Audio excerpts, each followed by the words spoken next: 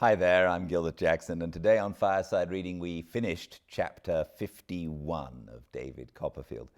And things really do get emotional as Dickens reaches the ends of his books, because he's wrapping everything up, and in this chapter, Mr. Peggotty returns back to Yarmouth to say goodbye to everybody and tell them that he's going to Australia with Emily.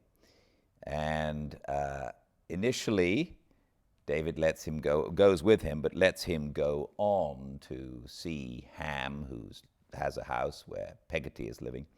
And he drops in to see Mr. Oram, who is a wonderful, kindly, and funny character.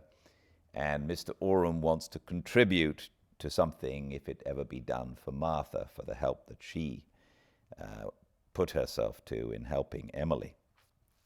Then David goes to Ham's house and sees Peggotty, and Ham is clearly disturbed by the news, but he's taciturn and he goes off for a walk by the sea by himself.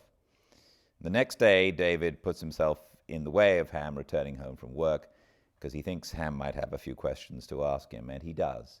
And it's so sweet. He wants to make sure that Emily knows that he forgives her, and he even feels apologetic that he might have been pushed himself on her when she didn't really want to marry him. He's so sweet. He doesn't want her to think that she wasn't the love of his life, but he wants to make her shame less. It's a beautifully written scene. And then David returns to the little boat that they all lived on, and he has such nostalgic memories of that place.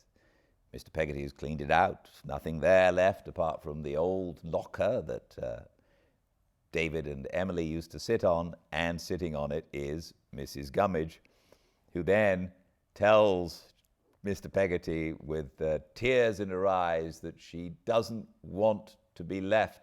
She wants to go with Peggotty, Mr. Peggotty, and Emily to Australia, and she tells him that she's no longer lone and lorn. She's learned a lot in the time she's been waiting for Emily to return. And the next morning, when they set off on the coach to go back to London, guess who's sitting there with them but Mrs. Gummidge? It seems like she's going to join them. Please join us as we continue to the end of this beautiful book every day at 5 Pacific at Fireside Reading on Instagram Live, all the chapters uploaded to the YouTube channel, Fireside Reading.